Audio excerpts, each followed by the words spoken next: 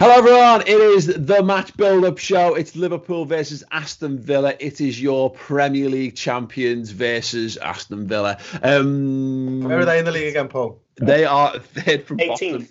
bottom. Yeah.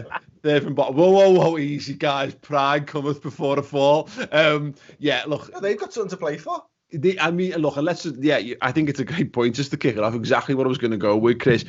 Just not to go full Jürgen on this, but this is, look, we've got a great record against Aston Villa. I think they are the team. We've got like the second longest. The fact it's our longest unbeaten record, I think, against any team is against Aston Villa. Is that in games or years? Because they've not been in the league for a while. I think it's in games. Everton's second in terms of how long it's been since that. So. We've got a fantastic record against Aston Villa. We know we had to work for the win at Villa Park, but we have got a great record at Anfield. But as mentioned, look, they are teetering on the brink here. They're a point behind Watford in 17th. They will desperately need something from this game, so I wouldn't expect this to be a procession in any way, shape or form. No, absolutely not. I think especially with West Ham beating Chelsea midweek. You know, they've gone a few points ahead themselves. I think they're now 3 points ahead of Aston Villa, aren't they? So, you know, it's close down there, and West Ham and Watford are the two teams that they'll be eyeing up. They'll be looking at Liverpool going, fucking hell, we're not banking on any points here. But they're hoping that we're on the beach. They're hoping that everything we said in the final word show after the City game about us having a few drinks and maybe just not quite being at it, they're hoping that continues for one more game. Whereas what I'm thinking is, Liverpool were embarrassed by the defeat against Manchester City and turn up and absolutely smash Aston Villa into next week and into the Championship, quite frankly, because I don't think that our players got where they are today by being embarrassed by playing like that against Manchester City. It's got to get back to the drawing board and just give it your all, and that will be too much for Aston Villa. Far too much. Yeah, I mean, Sam, that's we can't know, and this is why it's really interesting. Every single game of this restart has been a little bit of unknown territory. We're taking what we know in a wider sense, in a general sense, about this squad and their mentality and their abilities and what have you. But we've opened up a whole new world of our understanding. It's, you know, behind closed doors football. Now it's Liverpool are the champions. How do they react? Do they still have the ability to be mentality monsters, giants, whatever, when there's nothing really to play for? Yes, records, but playing for records is not the same as playing for silverware. It's a sprinkling on top of whatever it is you're trying to achieve. And we all know that Liverpool should be more than capable of bouncing back, but it's now going to be up to the players to kind of prove it. Yeah, definitely. And you're right. Records become relevant when you're there. You know, not 5 wins away. When you're 1 or 2 wins away, you're nearly there. It's like the semi-final of the cup, innit? But the third round, you're not asked. You play the kids. So, I don't think that's an issue. I think a couple of records that we are looking at, Mo Salah and Mane will be looking at that golden boot, thinking we've got a few games here to smash it. Yeah. So they're going to be at it. Hopefully, you know, that game against City was just a game in isolation, and that, you know, everything around it was just a one-off, and we can get back to it now. Thing with Villa, what's interesting is their next 2 games, Liverpool and United, and I think although they're probably looking at it thinking we might not get anything out of this, anything we get out of this is a bonus. What they will be looking to do is not get beat 5-0 in both games. Yeah. They're going to be resolute. You know, they're going to sit back, soak up, and look to hit us on the counter-attack. So we've got to be at it, both concentration-wise at the back, and obviously continue to do what we did against Palace. And I'm confident that the boys will be wounded. And I think someone said before, we might not have lost 2 games in the spin. I don't see anything but a convincing bounce-back result here. Yeah, absolutely. And this is it. This is it, Frankie, isn't it? That Liverpool, it's up to what they want, and this is not to be disrespectful to Aston Villa, but Liverpool are nearly 60 points ahead of Aston Villa in the league. You know, it's not you being disrespectful, it's Liverpool being disrespectful. Exactly, isn't it? And it's about what Liverpool and these players want from the rest of from the season. Do they want to just ease off and you know and just get what they get from the rest of the season? Because look, I think all of us as fans will be annoyed if they do that, because we demand so much of this team at all times. But I think, look, as human beings, I think we'd all be perfectly forgiving of that, because they've put in an absolutely heroic shift this year, and they've delivered to us what it is, the thing we've wanted most for 30 years, and that would be fine. But yeah, it's up to the players now to decide whether they're kind of happy with that or whether they want to fight for more. Yeah, definitely. It's not just about this season. A lot of these individuals need to make a statement for the coming season, which is just around the corner. For example, you can just say, like, let's say if we did get Werner, Firmino and Origi need to be putting a shift to say, no, you don't need to go and purchase anyone. I'm still here to deliver. Even though we've reached our objective, I'm here to go through a wall to show I'm that person you don't need to. And all these things that you got to take in consideration, like you said, with Salah and Mane trying to get it. Henderson may be in recognition for PFA, so he wants to push straight and for recognition.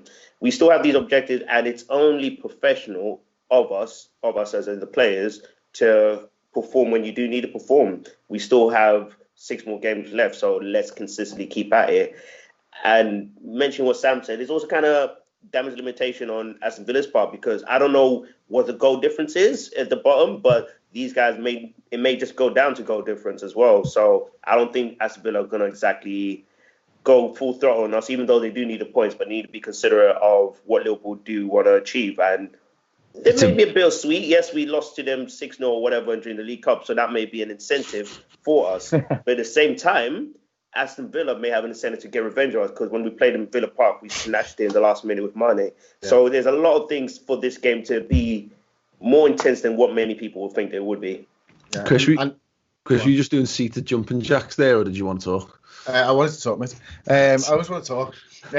No, just on the goal difference, theirs is worse than both Watford and West Ham, but they're not so far away that they couldn't claw it back with a couple of big wins, I suppose. I think, just to continue what Frankie was saying about that result, and let's not forget, for as good as Liverpool played against Villa, and they did play well first time out, we had, I think, was it 75% possession, somewhere thereabouts against Villa, 25-6 shots, something last time out against them, loads and loads of big chances. We only scored in the 87th and I think like the 93rd minute or something like that. They were 1-0 heading with 10 minutes to go, 3 minutes to go before we'd scored. So Liverpool will be going out there, and we're at Anfield, and I think we're gonna demolish them, quite frankly. I think the game goes in a very, very similar way to the last game. Loads of possession, loads of chances for Liverpool, but this time we'll prove why we're league champions. And that's not to say that we didn't prove why we're league champions by coming from behind, because I actually think that's a big thing as well. Yeah. The bigger talking point around this game for me is, what does Klopp do with the side? Does he just go, fuck off, you lads put in a dog shit performance and I'm pissed off now? Mm-hmm. And I'm going to change a few players, or does he go, I'm so pissed off, I'm going to make you play again? Yeah. Like a couple of days later. Like that's kind of where I am, because it was this game last time where Lallana randomly played the 6. Yeah. We just threw Lallana in, and we've not seen or heard of Lallana very often since, but Lallana played the 6 in this game. Is it time for Williams? Do you throw him in and go, you know what? And I was thinking this during the final word, actually. I never quite got the opportunity to say it. Much like what we were talking about yesterday, Paul, with Foden, and how, I've always thought Foden was good, doesn't have enough minutes, I'll take the piss out of that, fine. But whenever I see him, I think he's a player. I don't think Pep learned too much about him in his 25-minute substitute appearances, where he comes on at 4-0 in garbage time and looks good. What we're seeing with Nico is the same. Quite often he's coming into games in garbage time. Like, I've not seen Nico defend, really, against top players. That's what I need to see. So I'd actually be more comfortable just seeing him from the start in the game and go, let's have a look. Come on. When the game's on the line, how are you going to perform? And I think he'll stand up. I think he'll be counted. But that's the kind of stuff that I want to see going forwards now. Yeah, I mean, what we're seeing from the teams, to Chris's earlier point, Sam, about like making them go again, we see that often from Klopp, actually. When you see someone have a really poor performance, it's very rare that they don't play the next game. I think Klopp likes to give lads the chance to kind of what's the word, kind of acquit themselves a little bit better next time around. I think Dejan Lovren is a good example of that. I think he has the worst game we've ever seen against Tottenham Hotspur at Wembley, and I'm pretty sure he then goes and plays the next week when every one of us would have had that be his last ever game in the Liverpool shirt. Klopp goes, and actually, okay, it's easy to say that now because we know what we're getting from Lovren, but then he goes on a really good run of form off the back of it. I don't know whether we're capable of that because of the short time span between the two games. But this is the good thing we're in, is that because of the way we've worked it, because Keita's had some minutes now, Minamino's had some minutes, you could probably, and let's use Keita as an example, because Keita actually comes on in the final 5 minutes in the Villa game, and we saw in cameos what he can do. Take Chris's argument for Nico Williams there, and probably put it onto Naby Keita. This is probably a good time to get him another start, really. Definitely, and good thing we're not in the days when we're begging for Raggy Clavan to start centre back. So still good job, Ragnar. Yeah, he did. I probably feel more comfortable with him as a backup than Lovren, to be honest with you. 100%. I swap him, bring him back from wherever he's in, Estonia, Belarus, or whatever. But yeah, no, I couldn't agree more. I think there's a balance, isn't there, between the two options Chris put up there. There's a case of you played shite, you're getting hooked, and at the same time there's, you need to bounce back. I think depending on the player that'll apply. So I see, Trent came off. He's probably going to start, isn't he? Yeah. Gomez came off. He's going to start. Verge just plays. Robbo just plays. You look at it. You're looking around the pitch. Does Robbo just play? I actually think that's a talking point there, Milner. If you had the Nico Williams at left back, you'd have an argument. But I don't think the lads underneath Lewis, Larouci, maybe Milner, but the balance just is not there for me, in my opinion. That's the only argument I've got for it, really. But yeah, couldn't agree more there, Paul. I think Keita played really well against Everton, and he was let down by those ahead of him. I think it's his time now. I think he's got an opportunity. And without going too far left of field, I'm one of the believers that I actually thought Liverpool might have sold Wijnaldum this year for a number of reasons, but I think that won't happen now. But I think Keita, now's his time. The City game was a game in isolation. We were always going to go full throttle. But I think the rebuilding of our side into a slightly revolutionised team next season might just begin in the Villa game. And I think Keita's a big part of that. Yeah, it's an interesting point, isn't it, Frankie, that we're going to see, because we just don't know now. Do Liverpool go, well, this is our best 11. We're going to continue to do what we've done and put our best 11 out on the pitch, which is largely got Wijnaldum in. It'll largely have Jordan Henderson playing in the box to box. It'll have to be. We know more or less what the best 11 is, or is this an opportunity now where Klopp goes, not like, people are saying throw the kids in. I don't see this as a game where Harvey Elliott's going to play the next 6. No. You know what I mean? Like, and I think a lot of us would do something like that because you're kind of thinking, why not give Salah a load more time off? Salah won't want that for the start, but this might be an opportunity where we do start to see this as a time to evolve Liverpool's team. Yeah, it's a very interesting one because when we're discussing after the Man City game, we were saying the lack of games these players have had and the 8-day break. Now they're having that Europa League kind of thing, Thursday, Sunday kind of, they have the opportunity to be consistent again. But at the same time, we have all these players. It's also what's a major fact that we also should consider is now that we are allowed 5 substitutions now. So it's all this, maybe we can bring, and then you also have this core break, water break thing. So there's a lot of things to consider. I don't think the players are necessarily exhausted coming to the end of the season. I just feel that this will be a great chance to kind of show the players that are kind of fringe players to show that they're capable, because the turnaround from the end of this season to next season is going to be, I don't know, 2 weeks or whatever, and then we're back at it again. So these guys need to still be in motion. So I thought if I was in close position, I would start introducing the squad players into the starting lineup, but still keep maybe like six of our regular first 11 and maybe 4 of our fringe players starting the game. Yeah, it's interesting. Anyone else, Chris, for you that deserves a little bit of a look in here? I'll be honest, I need to see something out of Origi because I don't think he's been very good this season, and I think I need to know whether he's going to be good enough for us to rely on next season. If we're not getting that big name through the door, I think Klopp needs to take a real look at Origi over the next few games, because we saw, like, you knew the game was gone last night because he played Origi in the 9. And he never fucking does that. Does he? Like, do you know what I mean? No, seriously. We need someone. We need someone who's. We're not getting Werner. Chelsea have got him. Who is it? Origi? Is it Brewster? Who's the answer? Because I don't think, for as much as Cole Terry is, and he's done unbelievable for Liverpool over the last few seasons, I don't think he's good enough. And I would like to know whether I'm right or wrong. I hope he proves me wrong. I really do, because I love him. I think he's brilliant in that regard. Yeah. I think he's a great guy as well, and he's good for the squad. I'm just not sure he's good enough for this side anymore.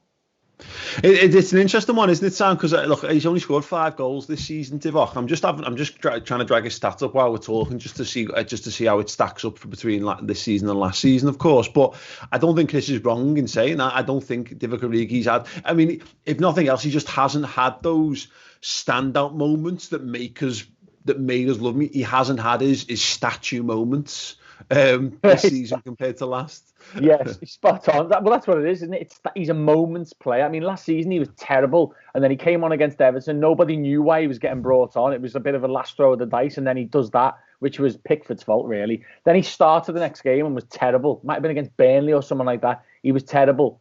And then he went missing again, pops back up again in the Champions League, and pretty much wins us the Champions League in some regards. So he's a strange player. He's not a good footballer, but then in terms of, well, that's a bad thing to say. He's a quality footballer for all those Michael Edwards alike across the league. He's worth £45 million. He's not a great player. That's what I should have said. In this great team, that's fair, isn't it? But and he keeps getting shoehorned on the left, which pisses me off. It pisses me off. I play FIFA. I know my football. He plays up. Like, he's not a great player. He's just a CF. Yeah, he's a you know what I mean? ST. But like, that's what I mean. He's a striker, and I really hope for his own career and for his legacy at Liverpool, we get a decent fee for him, and we see him playing for Wolves or Newcastle or Wolfsburg again or something like that again next season, because he deserves that. And I think I don't see where he plays for us now. When he comes on, I think straight away unbalanced. You have this thing, don't you, with footballers, where I think when you can get a tune out of them out of position, and you can get that for a while. Think of like Jordan Ibe playing at wing back. I mean, we had Lazar Markovic playing wing back for a handful of games, and he looked really good. And then I don't think. Sometimes you can convert someone and that becomes their new thing. And I think Divock he's done a sterling job out wide. I actually like him wide more because I don't think he contributes to the team as a centre forward. Divock Origi's problem's never been his goal scoring, although it would stand to the reason that it is because his goal to games ratio is not great for us, to be perfectly honest. But his goal to minutes ratio is outstanding because he is clinical. It's 198 minutes this season. Is it? Yeah. But it's 0.1 goals per game at the moment, but obviously, that's the difference. Yeah, goals to games difference. I mean, he's got 8 goals in 763 minutes for us in all competitions. Actually, that's current Premier League too, so it's probably slightly less than that. But the point is that he's always been this way. He'll score 5 goals in 5 games, but he'll be terrible in all of those 5 games. But he scored 5 goals, so you kind of shrug it off. I quite like how he plays on the left hand side because he's quite direct and he does go both ways. He's happy to go to the byline if needs be. He plays the role, but I think there's a lad in there who goes, I'm a centre forward, and it becomes a point at which if you don't like doing the dishes, you stop doing the dishes well after a while because you don't do the jobs you don't want to do well because eventually you want someone to go, I'll just do it myself, or I'll get someone else to do that job instead. Or excited to post marriage there. I don't mind doing the dishes actually, but there's plenty of jobs that you don't do well. But just to look at his stats compared this season to last, I mean, this season he's played 1,200 plus nearly 1,300 minutes. He's got 3 Premier League goals in 24 appearances, 3 assists, and that's pretty much the tail of it. 2 goals in the League Cup, and that's all she wrote from him this season. Really, he's played loads more. He's played nearly double the amount of minutes this season to last. Last season he only made 12 Premier League appearances, scored 3, got 8 goals in all comps. Although, as I say, actually it's 7 because I think Transfer Market have added Premier League 2, which is just stupid, fucking stupid. Why would you add the reserve? Effectively, the reserve. Anyway, it's another thing for the other day.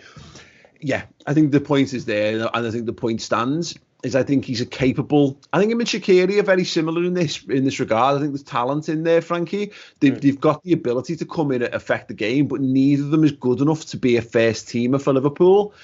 They're not players that this is what happens when you have or buy squad players. They weren't lads who were nailed on first teamers for Liverpool, and then we've improved upon them.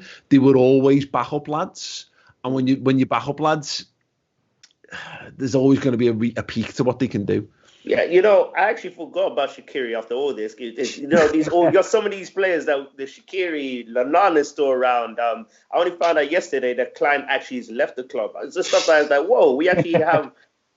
We still have time to lose. Exactly. So it's just that stuff. So there is that thing where, these are squad players, but squad players are always going to be that person that always be ready when you get called upon. It's been going on for a while, like Vladimir Smisel in the Istanbul. He was not meant to start, but he was called upon when he needed it, and he delivered. That's what the level we need to have with our fringe and squad players, to know that the manager can rely on them when they need it. Because, okay, Origi has done it from time to time, but it's not been in a point where we need it as much. And not to make... I mean, Firmino is a little bit interesting because he's not out and out striker, but he's got the comfortability of not being pressured by anyone else. I mean, Brewster is in and out. Origi tends to play on the wing, so he never has that competitive nature of someone who's trying to push him further in his own position.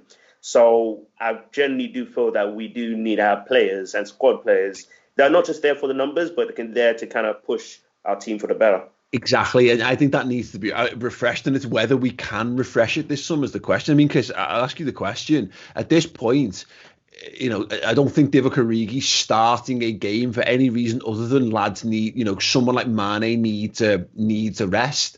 But realistically, at this point, is there more value to play in Minamino? Even though Origi's is more proven in this side, Minamino's going to be getting the nod ahead of Origi more than likely because there's more to be gained from him playing those games. I think so, and I think whereas Frankie was talking, I was actually thinking about Minamino as the backup for Firmino, isn't he? Maybe, but you've got that option still of him playing on that left hand side. I mean, we've seen Curtis start in the middle for us, but maybe Curtis is out there. Maybe it's I don't think Harvey plays on that side or whatever. So there is options there. But case in point, we played Manchester City last night. They've got their top striker out in Aguero, and they're still bringing on Mahrez. Yeah, and Bernardo Silva. And Bernardo Silva, and it's just crazy that when you think David Silva doesn't even get on the pitch. Yeah, well, but then next season he won't be there. I suppose that's why I didn't mention him. So you're looking at it and you go, and we're bringing Origi on, and that's the difference between the two squads, and that's why Liverpool fans across the board universally think we need a fourth player for that front three. Someone who's of that calibre of the Mane, the Salah, the Firmino, who's ready now, not maybe in a year's time or 2 years' time or 3 years' time. We want someone now because we know what the competition is like with Manchester City. But I think I'd like to see Curtis. I think he's done well when given the opportunity in the first team. Yeah. And I'm not saying, look, I was a bit harsh on Origi before, to be honest with you. I don't think I don't think he's a bad player. I just don't think he's as good as what we've got. You know what I mean? Yeah. Kind of like, it's one of them things. I think he's done some fantastic things for Liverpool. He really, really has. I think he's hit his ceiling. I don't think he's going to improve. He's 25 years old now. I don't think he's got more to improve without 90 minutes over and over and over and over again. I don't think Liverpool can afford to give him that. There's the things that we can't know in this, Sam, and this is why I think Minamino probably ends. Riga probably play now that we've said all this. But that's why I wanted to see him start, Paul. Yeah, because I want to find out whether I'm right or wrong. Well, I think we know. I think we know the answer, to be honest, Chris. And I think that's the point. Is that I think Klopp knows. I don't think there's any more you're going to get from Riga. You're not going to. You can get more. Origi can do more. But I don't think he can do more in this Liverpool team because I don't think he suits our style when he plays centre forward. And I think his physical and technical attributes suit him to being a decent backup on the left hand side because he's fast and he's got very good close control and he's got a trick in him so he can beat a man as well. But what we don't know is, like, again, there's more value in Minamino, and maybe, and this will depend, but I was just looking at Ryan Brewster's stats so far, and look, it's the Championship, but he's got 6 and 14 in the Championship since going there on loan as a young lad. He's an unknown, but he might be that thing. If we can't buy and we can't upgrade, you're left with a choice. We took one off him at the weekend as well. That was a great strike, by the way. Yeah. So it should be a 1-2 record. It should be 7-14. Yeah, that might be the factor there. Is that Minamino definitely needs to get game time to get himself up to speed and get himself integrated into the squad. But then we don't quite know. But there might just be something where Klopp looks at it and goes, "Chris is right on Origi," and there might be more value to saying, well, Origi can move on and we'll get more from Brewster playing Origi's games because there's a higher ceiling to what he does. Yeah, if you look back at some of the players that are in and around Brewster's sort of age and stuff, you're looking at Greenwood's a little bit young, but that same kind of cohort. You look at Jadon Sancho. Brewster was the man. Brewster scored a hat-trick in Brazil against Brazil in the World Cup semi-final. I think he scored a hat-trick in the quarter-final as well. He won the player of the tournament, the Golden Boot. This kid has got the talent. Klopp said early doors, there's one guy in the academy I can't wait to bring through and get hold of, and he was talking about Brewster. Yeah. And he's had his injuries, and he's caught up now playing for Swansea. I'm taking that 1-2 record as well, Chris. That was a fucking unbelievable free kick, by the way. I don't know if you've seen it. If you haven't seen it, Frankie, watch it. It's class. So I bring him back. He comes back into our squad next season, and I think he can benefit from the COVID sort of financial situation, the way Greenwood has for United, the fact that they've done shit, and now he's turned into a really strong player, getting loads of first team minutes. Yeah. He's definitely there. Origi, for me, he's got Jamie Vardy all over him because Vardy's finished. I've been watching him lately. He's not the same player as he was a year ago. Someone like Leicester should take him and play him next season up front or rotate him with someone like Vardy. But he doesn't have the midfield attributes that Mane has, and that's why I think he struggles. That's my opinion. Anyway, I think he struggles. Whereas Origi's great in their half, he doesn't come back and burst from our half the way Mane does. Minamino's got a little bit more midfielder about him, and maybe that's why moving forward he might get more minutes. Same with Jones as well. He's got that midfielder element of him where he will get back and then burst forward, which is very much the Liverpool way, isn't it? Yeah, absolutely. I think there's loads of interesting things, and we're definitely gonna see a few more lads rotated. I think, I'm interested to know whether we do wholesale rotation or not, because Klopp, or everything coming out of Klopp is that his eyes are on that point record, and I think it's right that we can 103 points is the most we can get now. 104. Yeah. That right. So if we win our remaining games, 104 points, Klopp will have that because you need to. Klopp is a manager. You need to have. He needs to be goal orientated. You need to have something you can put on the dressing room wall, so to speak, that you can say to the players, "This is what we're going for. This is what we're fighting for." So yeah, I'm not sure that we will be as rotational maybe as people think. But I still think there's, as per the conversation we've just had, it doesn't mean you won't see Minamino, and it doesn't mean you won't see Curtis Jones and Harvey Elliott, etc. But probably not like 5 of them playing from the start in one game. Yeah. I honestly think whenever you guys do your predicted 11, I think it only change, in my opinion, I think will probably be Gini for Naby. That's only really everything else I think is probably still be as you were. With that being said, we want to gain this moment. We want to take this opportunity because we need to remember Aston Villa are not exactly in the greatest of forms. I had to triple check, but the last win they had in any competition was in January. So exactly that obviously, okay, yes, we missed a month of football, but still to that level, I'm like, wow. So they're not exactly in the best position to come at us. So if the chance for us to, like you said, on the wall, get 104 points, no better opportunity than a team that's not been able to win any game in the last 4, 5, 6 months. So yeah, absolutely right. So we get some score predictions then. Sam, I'll start with you. I'll go 4-0, same as the Palace result. Sweet. Chris? Yeah, I'm going 3-0 Liverpool. And I'm just going to say, I'm about to do my start 11, Frankie. I'm going into the office now to do it. I think that's probably the side as well. And I guarantee you I get dogs abuse. I got your back. In the comments for picking that side. I'll be in the comments. So I'll got your back, man. Don't worry. I'm basically just gonna just say it was you that did the start 11. So yeah, 3-0 Liverpool. Frankie. Same 3-0. I think 2 goals in the first half and 1 extra in the second. I'm gonna take a 5-0 to Liverpool. Oof. Yeah. So no, let's fix the goal difference. It's absolute right. Yeah, let us know what team you think Liverpool should pick. Which players you think? All our goal difference since lockdown ended is 0. Oh God, it's horrendous, mate. Liverpool are crap, mate. Yeah, 0-0, a 4-0 win and a 4-0 loss. Can't win away from inconsistency. Enough of it. I don't like this, mate.